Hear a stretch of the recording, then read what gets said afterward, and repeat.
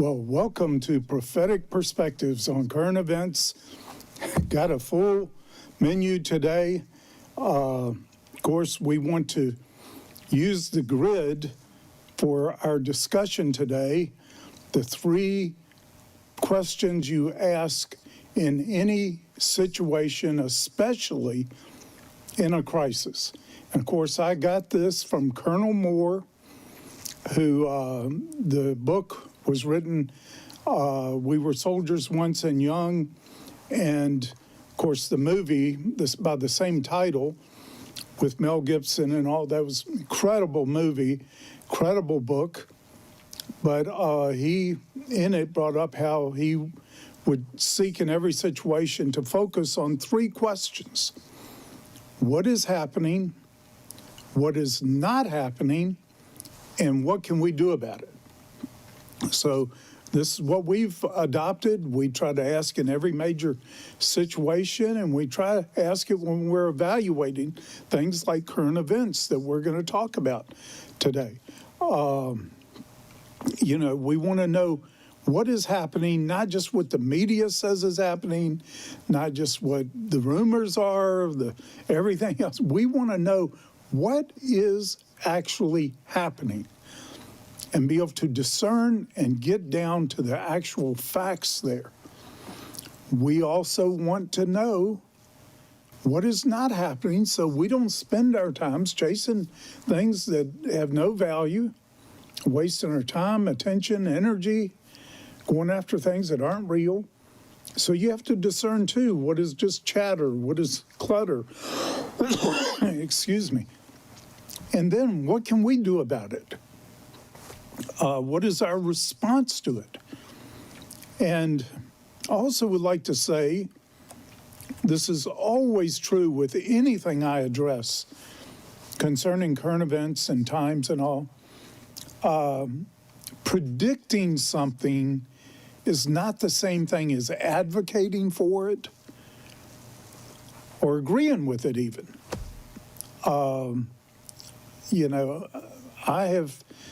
I think, been given a gift where I've been able to foresee a lot of things that happened before they happened, understood the unfolding, and I always tend to dig down and really understand what I'm talking about. But that doesn't mean I like it or agree with it. But when I feel that something is coming from above, that it is God and it is His purpose. If I disagree with it or I don't agree with it, guess who's going to win that argument? And I want him to. I would, but I do go into a lot of things saying, Lord, I just don't understand this. I don't know why. What purpose does this have? What is the value here? And but I want to see His perspective. Now, with these programs, we do some processing. I do a lot of my processing. If you check out my live rants, Rick's rants or whatever, those are processing. I'll let you in on the process, what I'm thinking and all. But of course, everything I'm thinking is not a God thing. It's not revelation. I'm processing it. But when I get down to something, I say, I got this from the Lord. I didn't get that by impression or by my own process. Okay, it was something I really know this came from above.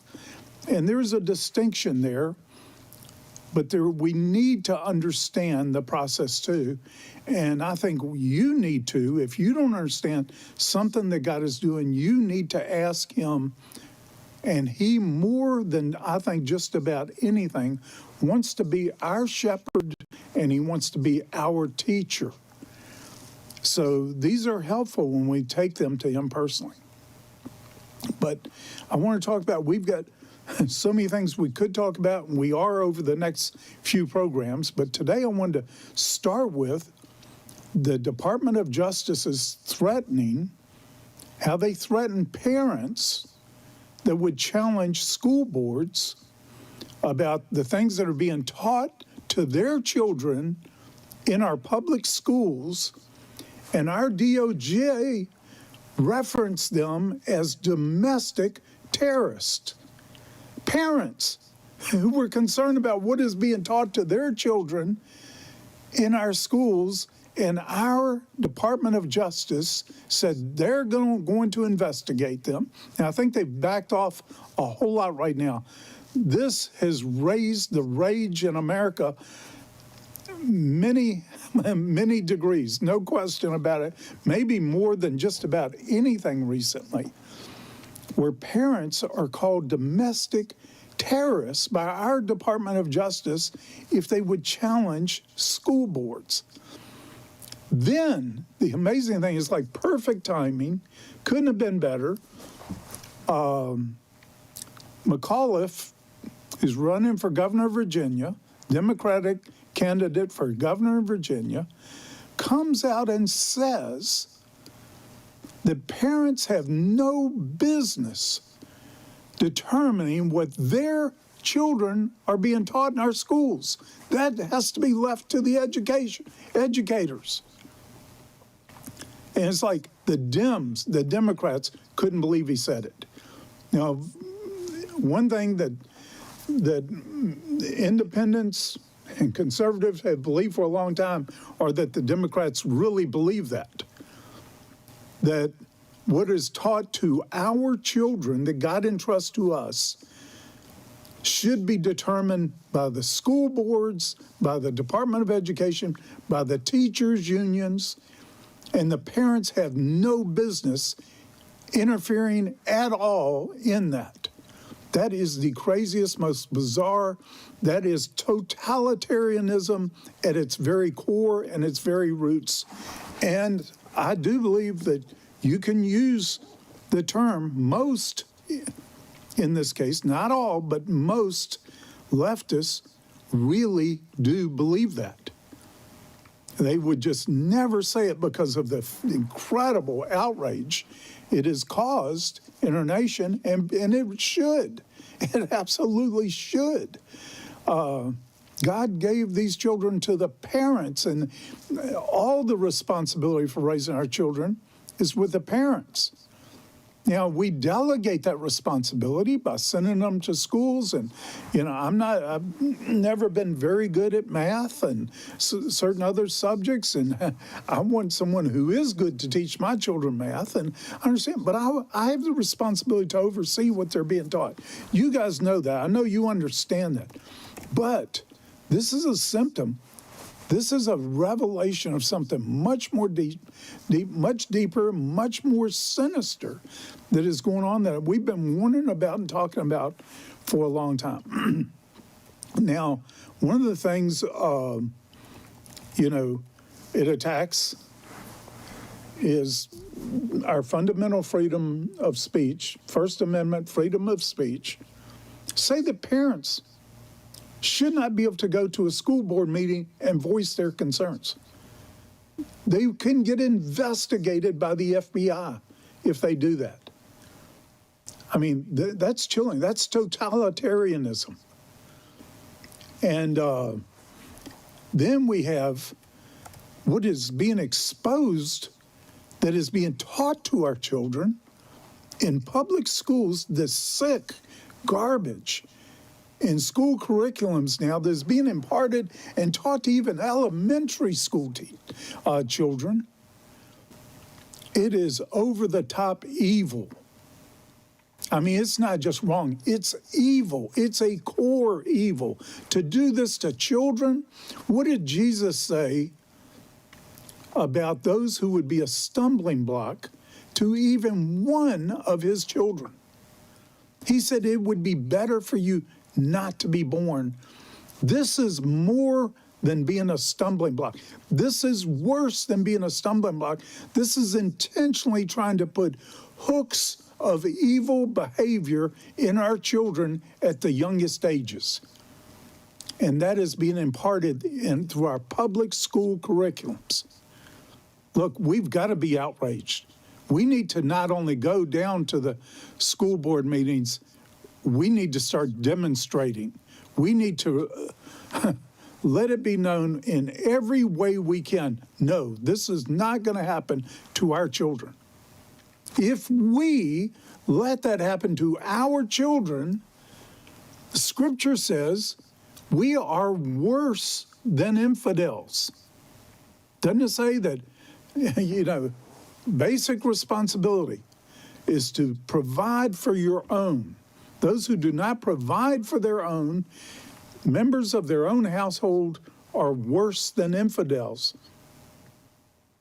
That's scripture. I'll read it to you in just a minute, but worse than infidels, worse than unbelievers. It's worse to know the truth and not live the truth. There's a far greater accountability for that than not knowing the truth and living it. And, this is something we absolutely cannot stand. And it's, thank the Lord that this is coming to the surface now. Parents are going home and reading what is in their children's textbooks. Listen, this rage is going to go up, but there are certain barometers, I think, that we have to understand that is leading to an incredible and a terrible conflict. And I've said all along, I had one of the most powerful prophetic dreams I've ever had in December of 2018 about a coming Second American Revolution / Civil War. And in that dream, I was told it's inevitable, it's right, and it will be successful. And I'm still processing. I understood after that dream why it's inevitable. It's coming now. It is going to happen. What is going to cause the situation to boil over to where it is now, breaking out everywhere. I was shown in another dream, it would be sparked by the evil coming across our southern border. What I want to be clear about, I'm not saying all the people, even though they are illegally and they're coming across our border illegally, they're not, most of them, 90% probably, are the kind of people we would love to have as citizens. We would love to. We just want them to do it the right way. If you don't do it the right way, you don't get off on the right start, you probably will never get there. But most of them are wonderful, incredible people who all they want to do is to be able to take care of their families, provide for their families. And that's a noble thing, and most of them are noble people, but mixed in with that group. And we're finding more and more, these are terrorists coming across our border to do us harm. Some of the people are being made mules to carry drugs in that is killing more people right now than car accidents and just about anything else. People ODing on the drugs coming across the border, the terrible evil. And what I saw in another dream I'd had a few years before this one was what would spark the revolution in America. So what I saw in my dream was the states became so outraged at the federal government, the people in the states, that they turned on the federal government, and anybody who was a federal government agent in those states were having to flee for their lives. And I saw at the end of the dream, different states were grouping together in alliances. But this evil that was allowed to come across our southern border was so evil, so terrible, did such terrible things to U.S. citizens, especially in Texas, but all of the border states. But it was not limited to the border states. It was all over the country. And the whole country rose up against our federal government that allowed that to happen. I think that's unfolding right before our eyes. And but there's certain triggers. Now, I've studied, world history most of my life, over 50 years that I've spent studying history, about 55 years actually. I started when I was 15 years old. I got addicted to history by reading some awesome history books when I was 15. And but there's certain things that I've learned and seen in history that seem to be the triggers of revolutions and civil wars. Well, I've been watching those triggers in our own country, and I'm going to go over those in a few minutes and where I think we are as far as those triggers being pulled in our country now. But when, I tell you, one of the big ones, when your government starts to be viewed as an oppressor and an enemy, revolution is very close. Revolution is very close. I believe America is right now on such an edge that civil war and revolution, those are two different things, but in our case, I think they're going to be combined, just like I think they were combined to some degree in both our revolutionary and civil wars. But we are right on the precipice right now. It wouldn't shock me if it did not break out in a major way any day. The triggers can't be pulled much further without going off. So, now, I think there is a lot of evidence. And let me say this about the revolution. You know, there are many trying to start Marxist revolution in America too. That's usually the case. There are all kinds of forces that seize on times like are unfolding in America right now. But to me, there's the revolution, civil war, that in my dream I was told that is inevitable and is right, is not to overthrow the law of the land, but to be a revolution that would recover what the first revolution and the Civil War was about. The first one that did not finish the job. Now, you know, we'll talk about this more, but I want to just get back a little bit to what's going on and what manifested when parents started challenging the school boards in these meetings. What manifested from the top of our federal government is you sit down, you shut up, and you just obey. You don't, as a parent, our federal government was basically saying, you do not even deserve to know what we're teaching your children in school. That's none of your business as a parent. That's what came out of our government. That shows a perversion in the thinking of our government that has far and long ago departed from being a government that is of the people, for the people, and by the people. No, there is something else involved there.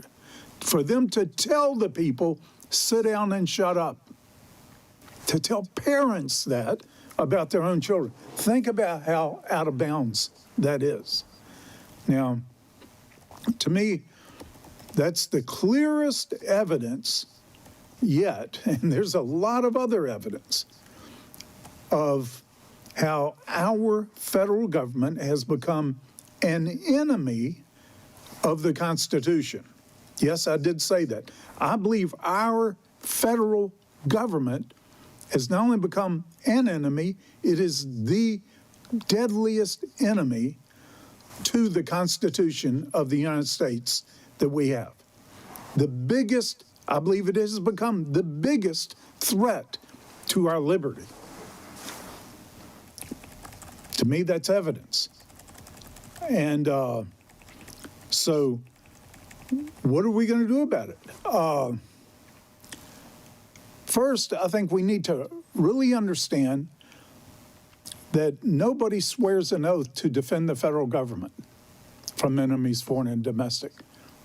Nobody swears an oath to defend the president or the Supreme Court or anybody else. The only oath that is taken by officers in our land is to defend the Constitution from enemies, both foreign and domestic. So when any government entity or any entity becomes a threat or an enemy of the Constitution, including our federal government, if it becomes an enemy and a threat to the Constitution, then it has to be treated as an enemy. Now, what we need to do is recover it and restore it to being a true government of the people, for the people, and by the people, which is what it is supposed to be. Remember, by the Constitution, according to the Constitution is the supreme law of the land. Not the Supreme Court. They're not the supreme law of the land. Not the federal government. Not any government. The Constitution is what all of the states signed on to. Okay, they said, okay, we have read that, and as you have explained it, which they did in the Federalist Papers, we're signing on to be a part of a government like that. Of that, for that, by us, by the people, we're in. When it quits being what we signed on for, we have to take action. In America, the people are the supreme, we're the sovereign. The people are not the supreme law of the land. The Constitution is the people can get just as wacky as our federal government has gotten. And that's what the Founding Fathers understood. Tyranny can come from the overexertion of power from the federal government, from the executive or the Supreme Court. The Supreme Court was the one they feared the most that tyranny would come through. They call it, judicial tyranny. That was what they feared the most. Tyranny coming from the top. They also saw tyranny coming from the mob. That both were tyranny, so they instituted a government that would protect us from the excesses from either side. So when we say, okay, the mob is, the people are the sovereign, we're hoping the people don't become a mob. But the people, the states and the people have more authority than our federal government, according to the supreme law of the land. The federal government was given very specific, enumerated powers in certain areas and nowhere else. Nowhere else. In fact, it says, whatever authority is not specifically named and given to the federal government is reserved to the states and to the people. Do you know what? There is nowhere in the Constitution that gives our president the authority to become a dictator over our health. I'm just saying, to tell us we need vaccines or anything else. There's nowhere in it that gives the federal government that authority. The states, you can argue, can take that authority, but not the federal government. It was not an enumerated power or authority given to the federal government. They are unconstitutional, and they're acting like tyrants. When they get beyond the mandate of the Constitution, the authority that is specifically given to them, they do become tyrants really quick. You see that. And so here we are, government way out of bounds, way off the tracks that we're laid for, way beyond anything we signed on to, the state signed on to or agreed to be a part of the union. And I think very soon we're going to see a lot of states saying, we're not going to be a part of that anymore. I was shown that is coming. That will happen. Now, most nations, maybe all of them to some degree, have experienced civil wars or revolutions. Now, civil wars are when the differences between the people gets to such a degree that there's no more middle ground. They can't settle anything, can't agree to anything. They start fighting each other. And that's a civil war. A revolution is when the people rise up to overthrow their government. Our founding fathers actually encouraged revolution any time our federal government went beyond the bounds of the Constitution. Believe it or not, it's in there.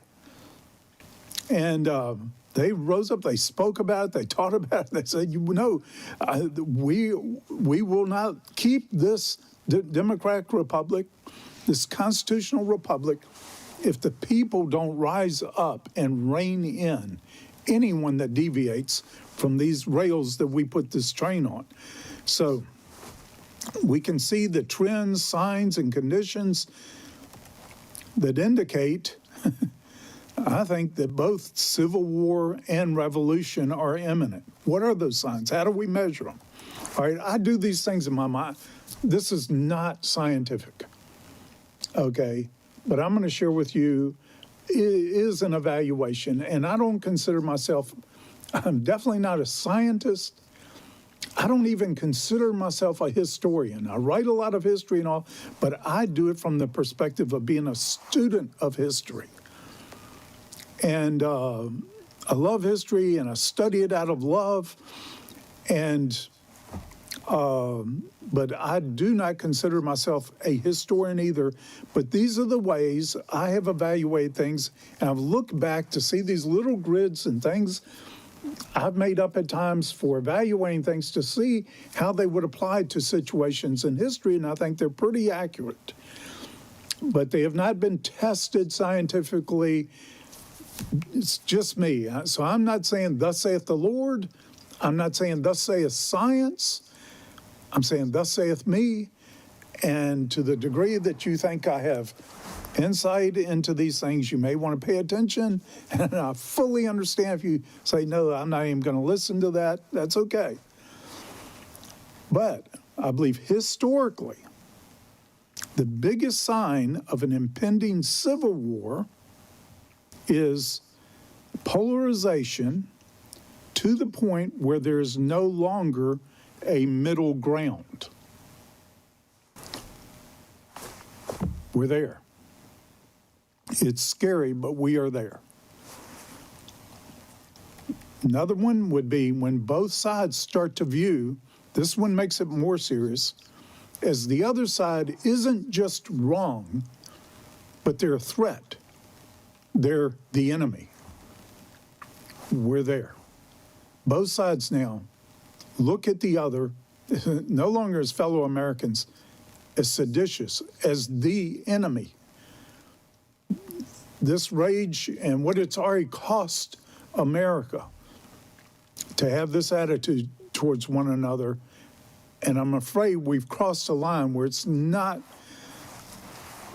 going to come back. It's never, as far as I've understood, when divisions in a country got that great, it never pulled back without the actual conflict.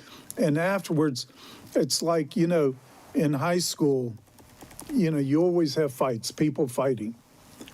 And you can tell when one's about to happen. There are two that are just rivals, that are just, and you can feel the tension all building. But it's amazing to me how after the fight, they would become best friends. Did you almost certainly experienced that. And I think after Civil War, sometimes nations bond together closer than they ever were before and start appreciating each other more and appreciating the different perspectives. Now, you've heard me say many times, an eagle needs both a left wing and a right wing to fly. I am totally believing that is true, that America, the symbol of America, is an eagle, and we cannot soar the way we're supposed to without both a left wing and a right wing.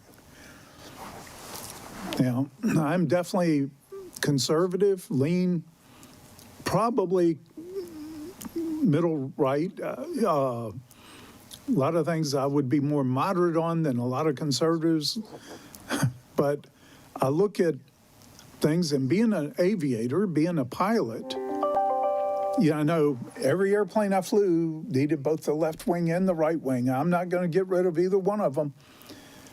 But even in birds that fly, all of the weight of those wings, 90% of the weight of the wing will be real close to the body.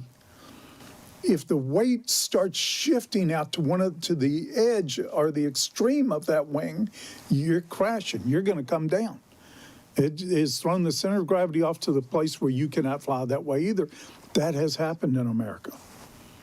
Now, I think there have been times when the weight tended to move out too far on the right wing.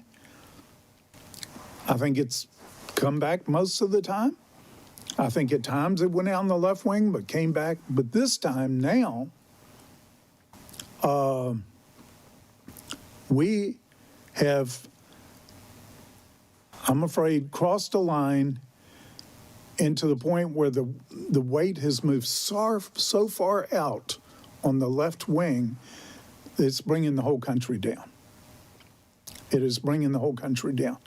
And we want to take a little break here, talk about a couple of things. I hope you would just think about what I've shared and process a little bit. We're going to come right back, and I'm going to dig down a little bit into these signs that a nation is headed towards civil war or revolution.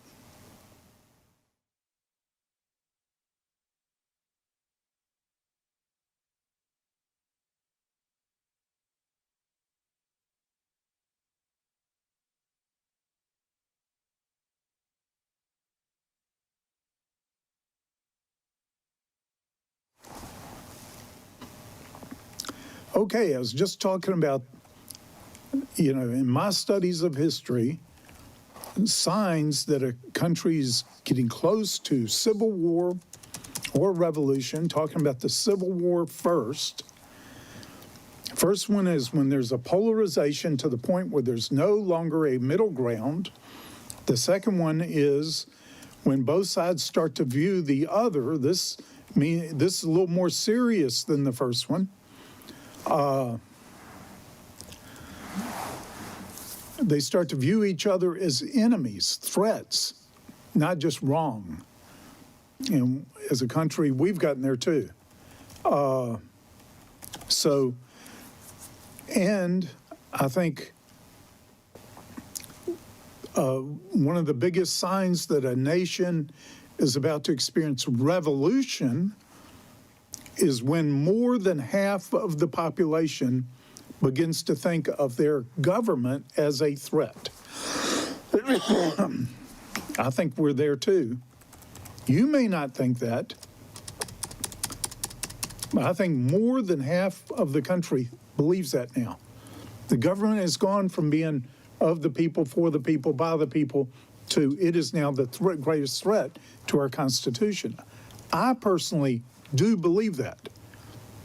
I do believe our federal government is so corrupted right now. It's not the system of the government, it's the people in it. The government's not the problem. The form of government's not the problem. It's the people we put in it. We put in it. We allowed to get in it. But I think that is the case now. Right now, our U.S. federal government, I personally do believe, is the greatest threat to our democratic republic for us to remain a constitutional republic. So now you have all these people who swore an oath to defend the Constitution from enemies both foreign and domestic. I think more and more are going to come to the realization they're going to have to make a choice. Is their allegiance to our federal government, or is it to the Constitution that they swore an oath to? And if so, they're going to have to start taking stands against our federal government. Now, before we go out into thinking violent revolution, attacking, building, anything, riots, whatever, which has been going on, I think there are many ways to have a revolution and maybe even a civil war. I would say war in general before it becomes a hot war or a physical war. I think if we have the wisdom and the help from above, that it is possible to navigate through things and resolve them without physical conflict. But when I'm talking about war, that means something's going to change. There are economic wars now, which if you understand some of the most powerful weapons in an economic war are things like boycotts. Things like that, boycott a business, they're going to shut down. Right now, the power of the boycott has been used far more effectively by the left, but there's far more power in the boycotts on the right. I'll explain that later. If the right ever starts using boycotts, the way they have the power to do, and has been demonstrated as a power that the right has, you're going to see a lot of change coming fast, and that may bring enough change so even if it does degenerate into violence in some areas, some parts, maybe it won't have to be near what it could have been. That's always my hope, that we avoid the violence as much as possible. We have to have that hope as Christians. We have to have that hope if we love our country and we love our neighbors and all the other even more important things we're called to do. But another issue that I think can be a sign of an impending revolution, not a civil war, understand the distinctions.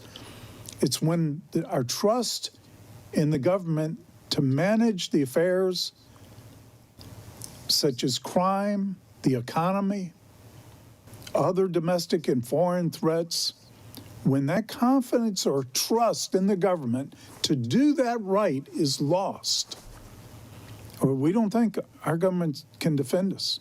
They're not going to defend us. They can't manage the economy. They can't manage the major things that are affecting our whole society, our whole culture, our way of life. They've lost control. You're going to have a revolution. Now, I think the evidence is pretty strong there, too. Our federal government has lost that ability, lost the country's trust. Now, except you're going to have 30% who are going to trust the government no matter what. They're going to trust anything the government says. They're going to trust anything the media says virtually, regardless of reason or the obvious examples that they're wrong to do, that things are being mismanaged, whatever. But personally, you're going to have those, and they can be very vocal, and they always try to make themselves sound like the majority, but they're not. It's tiny. It's a real minority in America. The rest of the country's been losing increasing trust. And in this administration now, the loss of trust is so far, so fast, it's almost unbelievable. It's certainly unprecedented in our country. You may have seen this past weekend, all over America, stadiums all over America were chanting the most vile things about our president, President Biden. All over the country, whole stadiums were chanting it. Guess what? I believe people on both sides, the left and the right, were involved in that. And trust in our government's at an all-time low. Personally, I've been saying for years, our government is too broken to fix itself now. We're going to have to do it. We're going to have to take that authority. And we got to get rid of the people who are in it who've messed it all up. And a lot of that gets into how they're nominated. It's the two-party system. We're not supposed to have two parties in America. I believe people who've lost any trust in their government have lost far more in the party system. Well, it's not supposed to be that way. Even George Washington warned that if we allowed the party system to get a grip in America, it's going to end up where we are now. He warned about that.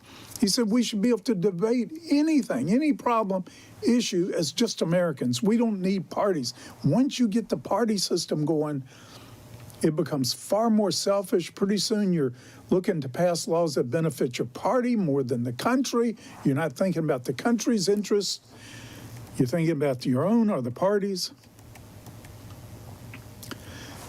Okay, so we've lost trust. Both sides, everybody, something's got to give.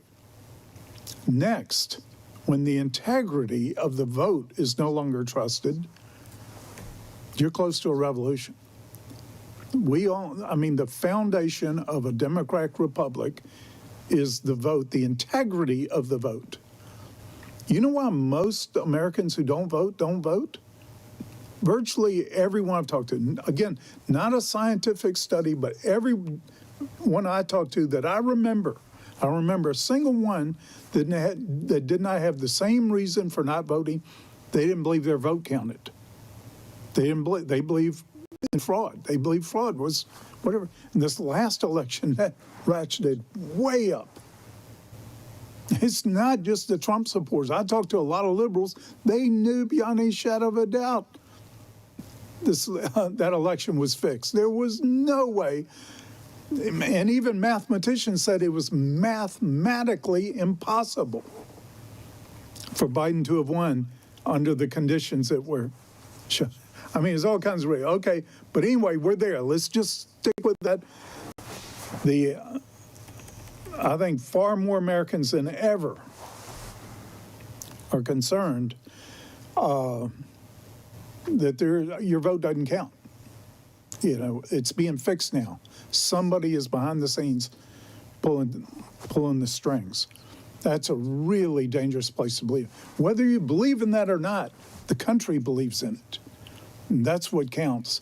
And that's what is so dangerous and has got us so close to the precipice.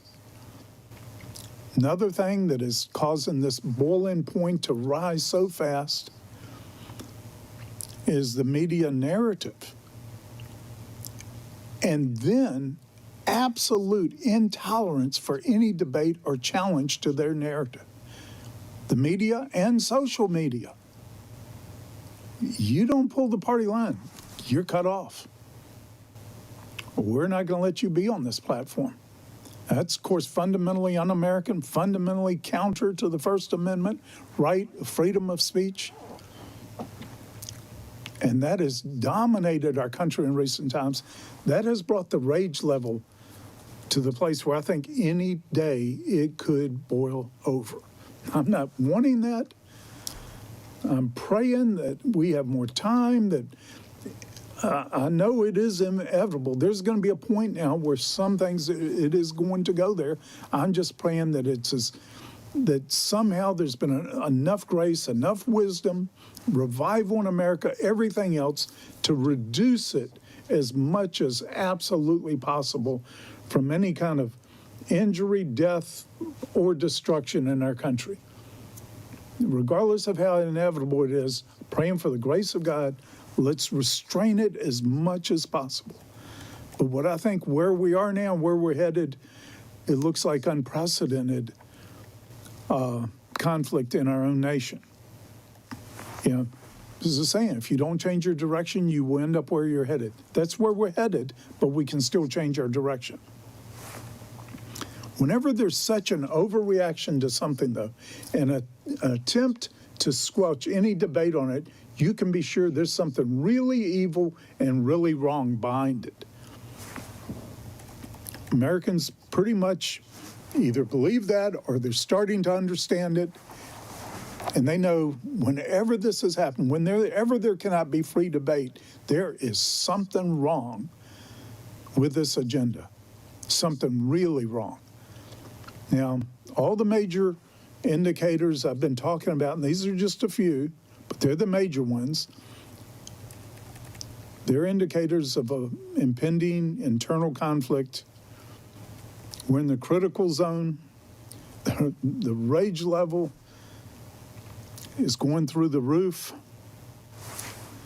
And I think we as Christians have a lot to do. We do not want to respond in the spirit of rage. That is not the Holy Spirit. That is not a gift of the Spirit. That is not the Holy Spirit.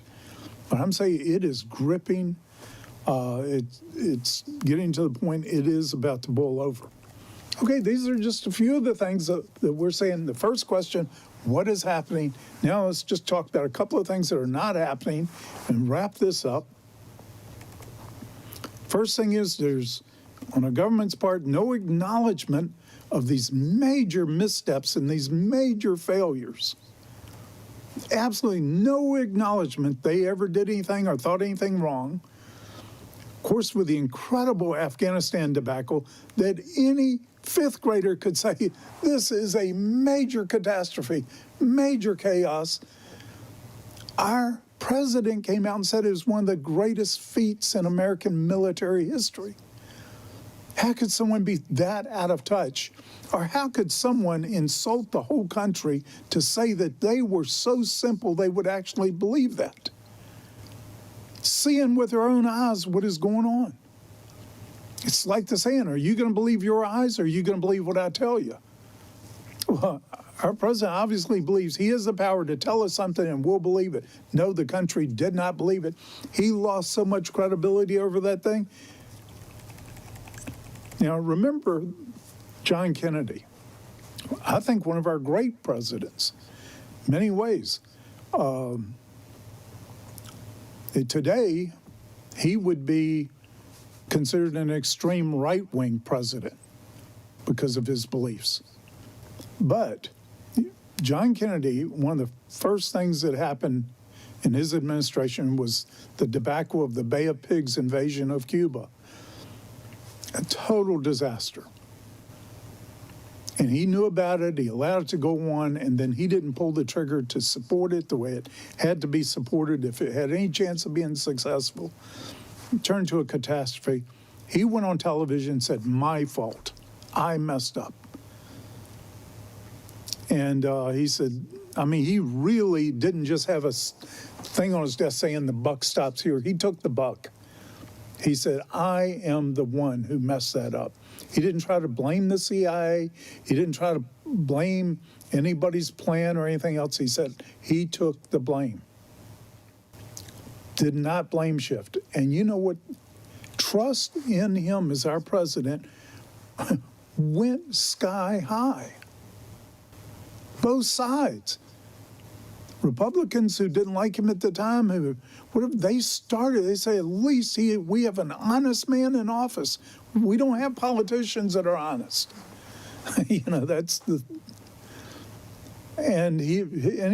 Trust in him by the American people grew dramatically. We're getting the opposite from our government now.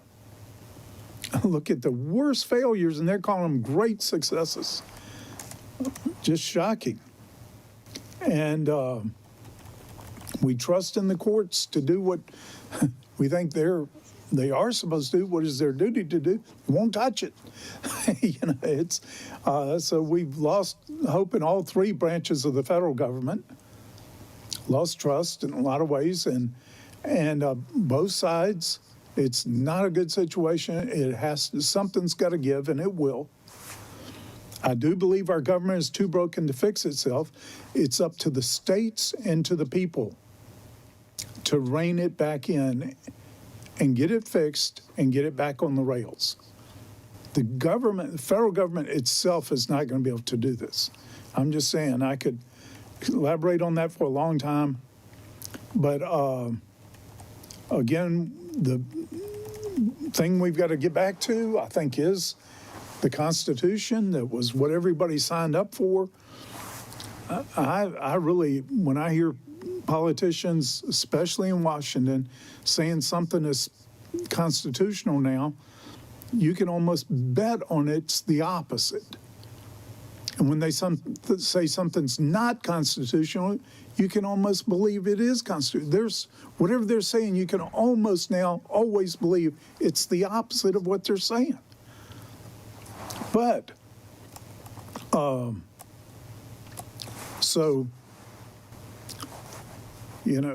are we going to get it fixed? How are we going to get control of it again? Obviously, the vote, I don't think the vote's going to do it. I will encourage everybody I know to get out and vote. I know, and I have resolved a long time ago, I do not want to come before the Lord on the judgment day and say, Lord, I didn't vote. When I have a responsibility, we're here to be salt and light. One of our responsibilities as a citizen of this country, and we have dual citizenship in the kingdom and in whatever country the Lord put us in, and we've got to be faithful to both. And I don't want to go before him and say I didn't exercise my right and my responsibility to vote. But most Americans are at the place now, I think literally most, where they don't believe the vote really matters or counts. It's fixed. It's rigged. But I would vote anyway. I'm just saying.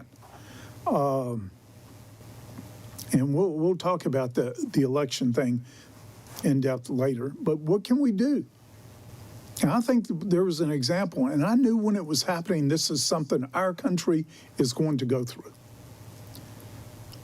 So I talked a little bit about how can a war be fought without getting violent. I think the recent Egyptian revolution that overthrew Morsi is a good example. Now, here's a country where they decide to have an election. And Morsi, the Muslim Brotherhood candidate, won mostly because the Muslim Brotherhood was the only group in Egypt that was organized.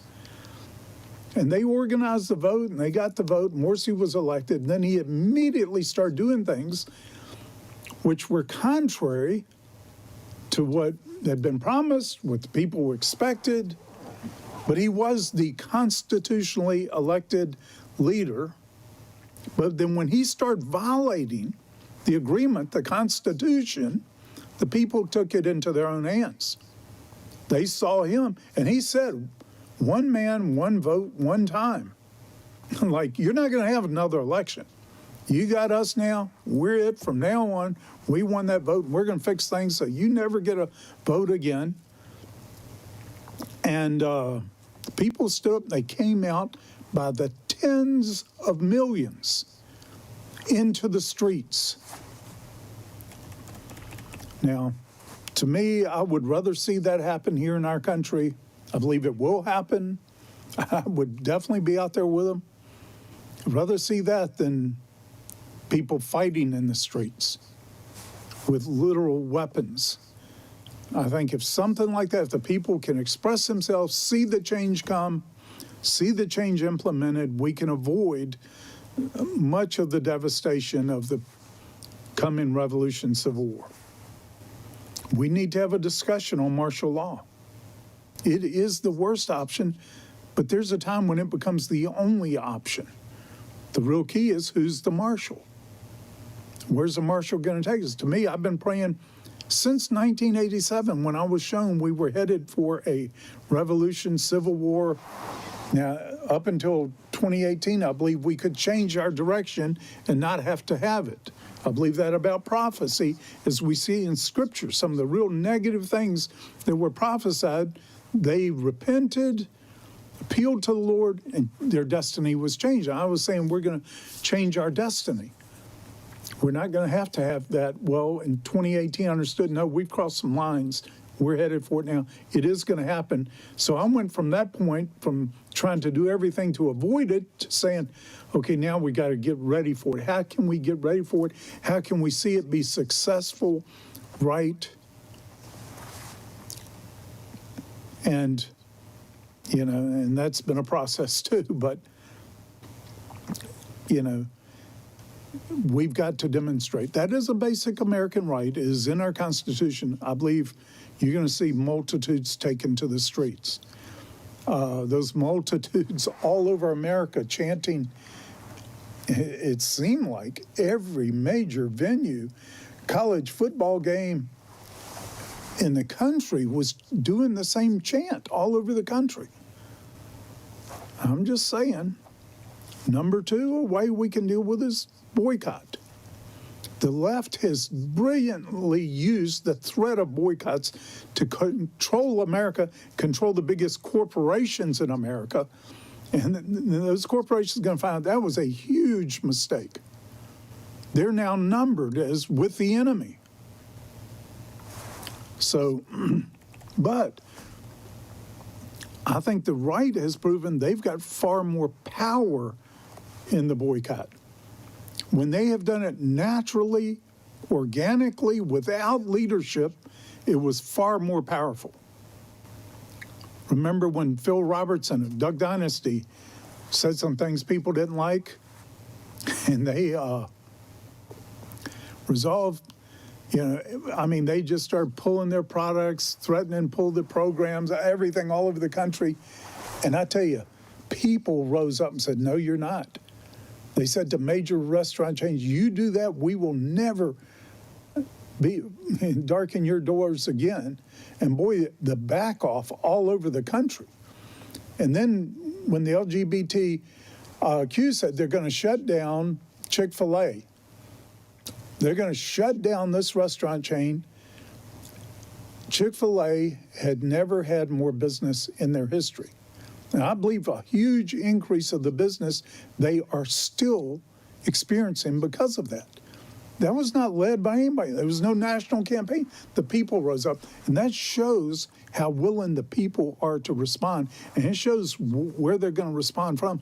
People don't realize it, but America, we may seem, and the left and the media and all may have tried to make us seem like we're a far left country now. We're not. We're still a center-right country. And there are plenty of evidence of that the heart and soul of America is center-right. It is not this extreme left that has taken over the Democratic Party. But we can make a few small sacrifices here and decide we're going to be inconvenienced. I'm not going to buy from that store anymore. They're going to act like that or whatever. We can be inconvenienced a little bit, but I tell you, that's going to be far cheaper than the price we're going to pay if this keeps going headed where it's headed right now, which is into a terrible meltdown of order and peace in America. So we've got to get engaged in our local government, especially school boards and things like that on the local level. We've got to get engaged, all of us. If you're a Christian, shame on you if you're not. We got to do everything we can because it's going to take the states and the people to take this thing and turn it back around. Now, a lot of other things I could say here, but I tell you, we really do need to heed what is written, 1 Timothy 5:8. It says, if anyone does not provide for his own, and especially for those of his own household, he has denied the faith and is worse than an unbeliever. Some have likened sending your child to a public school now to being like in the biblical times when they sacrificed their children to idols and foreign gods. And that we're sacrificing them to the God of this world to just send them. We're sending them into the fire when we send them to a public school. I could understand that. I'm not saying I totally agree with that, but I fully understand it, and I lean towards agreeing with that. So what does that mean? We've got to educate our children. I believe it's the church's mandate anyway, not the government, to have schools. I would say the spiritual community. Now, you know, everything the government's tried to do that it doesn't have a biblical or constitutional mandate to do, it has failed miserably. The wheels have come off of public education. We went from being one of the most educated, brilliant nations in the world. Last time I checked, we were like at 56 or 58 in the world. Many that we consider third world countries had passed us in education, and the trend is straight down, and we're in like an educational death spiral. Why? You don't keep doing what you're doing and expect different results. That's Einstein's definition of insanity. That's what we've been doing with our education department, because we've let the unions, teachers' unions and all, lead in this instead of the parents, instead of those who have the responsibility, have the wisdom. Who's these, you know how every child, you would give your own life for your child. There's nothing more valuable in your life than your children. Well, I tell you, we got to show that that's true. Now, we've started a school. That's why we started Comenius School for Creative Leadership, which is K through 12 school. We've had for years, decades now, to prove and to do it. And we did it when we were a brand new church, little church, didn't have the resources, had to meet in a warehouse. Everything. But from day one, this school is much better than anything else they could get from public education. And we've proven it academically and every other way. We can help you start school. We will. This is going to be a main mandate from Morning Star going forward. We are going to help everybody we can, every church we can, or every entity, to start schools. I believe you're going to see companies, corporations, start their own schools because our governmental supported school system is off. This is off the rails as our federal government in most places. There are good school, places where there are decent public schools even and everything, but even the best are really bad. And it's not just what they're teaching, it's how they're teaching, it's virtually everything. They do not educate, they indoctrinate. It's got to change. Well, I think it's the church at least to help. We will help corporations. We will help businesses. We will help whatever, parents, homeschool, whatever. We've got to take that mandate back. We've got to protect our children from what's going on. And we've got to protect them from our government that has allowed this to go on in public education. So, future programs, we're going to talk about the southern border, dig down, the continued COVID confusion, the vaccine mandates. Where do we land on that? One thing I would like to say, I believe most that I talk to and all they don't want to do the vaccine. I understand that, but there are reasons for both, and to me, I'm very alarmed too about how some people believe if you took the vaccine, you don't have faith. Where this thing is not settled yet. We really got to dig down into this. But one thing within the church, within the body of Christ, we've got to give each other more grace than we're given if we're going to come to truth. We don't want to be the ones to cut off debate either, but allow the debate and the challenge from both sides and come to the right conclusions. So we'll be talking about all these things. Thank you so much for joining me for today's Prophetic Perspectives.